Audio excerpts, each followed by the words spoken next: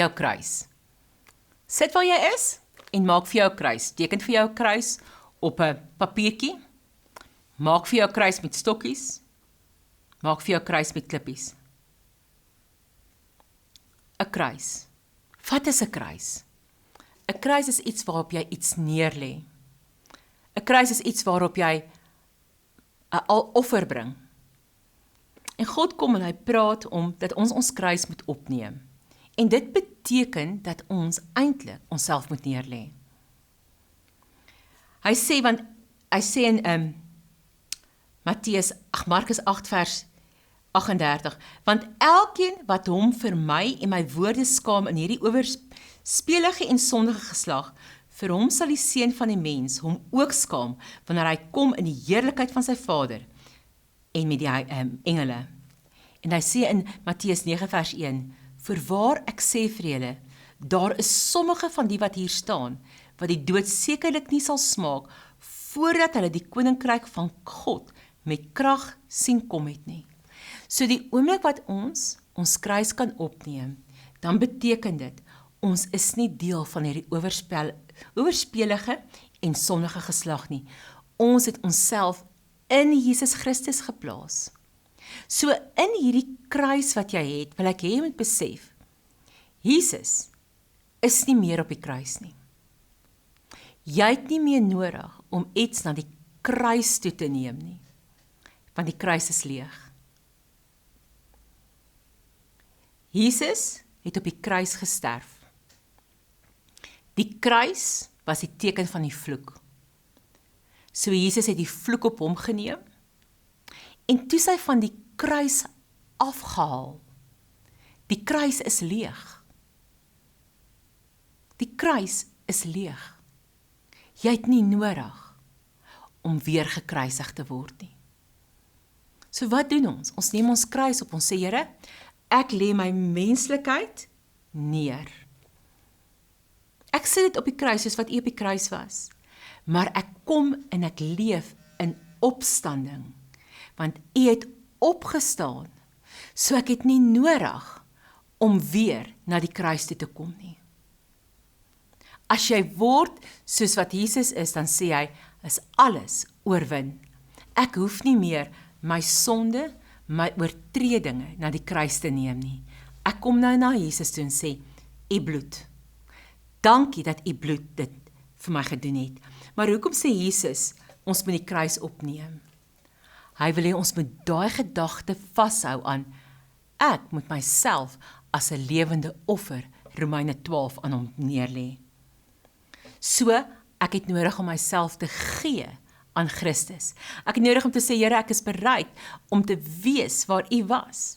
Maar dit beteken, as ek neerlê, dit wat aan U kruis was, dan beteken dit, ek kan die pad van opstanding stap.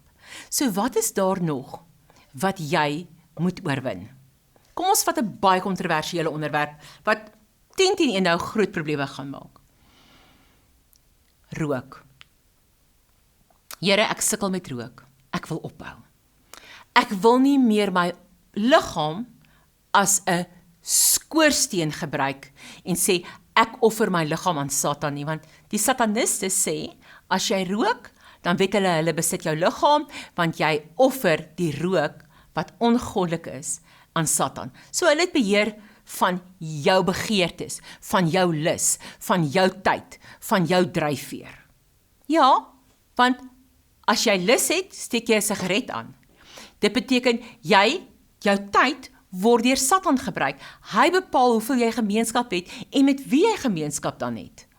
So, Jesus, ek sukkel om dit te breek. Dit is nie net vir my sommer neerlê nie. Wat doen ek? Okay, Here, help my. Ek het U hulp nodig. En 'n vriend wat ek van gehoor het, 'n persoon van wat ek gehoor het en 'n vriend van my dieselfde gedoen. Wat het die persoon gedoen? Of die persoon het actually gehoor van die getuienis. Die persoon het gesê, Here, ek sukkel met rook, ek kry dit nie neergelê nie. So dan voel hy my, nou het ek lus, as ek nie nou gaan rook nie, dan gaan ek my kop afraak. Dan vat hy 'n sigaret en sê hy, Jesus, ek gaan nou rook. As U my nie nou gaan help nie, gaan ek by die rookkamer uitkom en ek gaan nou rook. Dan stap hy. En hy sê dikwels, het iemand aan hom in 'n kantoor uitgeroep gesê, kom help my gou-gou hierso, en die sigaret is hy baadjie se sak gesteek of in sy hemp se sak en dan het hy die persoon gehelp en na 'n uur besef hy, nou is ek lus om te rook. Ek het dit dan nie gerook nie. Here, dankie dat U my gehelp het, maar nou is ek verskriklik lus om te gaan rook. Help my. Dan kom hy, dan sal weer iemand anders. Of sy baas roep hom, of daar's skielik 'n vergadering en God, nou kan ek nie rook nie. En so het hy begin om sy liggaam skoon te maak, want hy het al hoe minder gerook. So, watter plekke is daar wat jy nog hierdie kruis dra? En sê, Here, rook. Here, ek vloek. Here, ek het negatiewe gedagtes. Elke keer wat dit kom, dra dit op na Here toe, sê, Here, help my. So erken jy en sê, Here, hierdie is nog nie aan die kruis vas nie. Hierdie het ek nog nie deur die kruis gestap om oorwinning te kom nie. Help my. So lê ek myself neer as 'n offer, sodat ek aan die ander kant kan uitstap. So hierdie week, wat gaan jy hierdie week doen?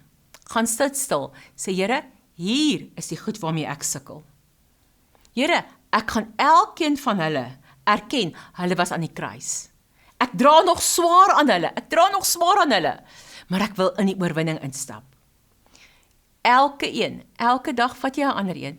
Miskien sal jy die week stil by een, maar dit is okay. Neem net, erken net, waar is die kruis? Erken net, waar is die kruis? En so gaan jy begin oorwinning kry. Met ander woorde, nou stap jy deur en sê, maar Jesus het hierdie gedra, daarom kan hy my help. Nou stap ek deur en aan die ander kant staan ek op, in 'n opstanding in Jesus Christus. Hou jou oog op die leë graf, op die opstanding, die gees van opstanding wat Jesus opgewek het, en sien hoe sal oorwinning vir jou. Seën jou met daai oorwinning. Shalom.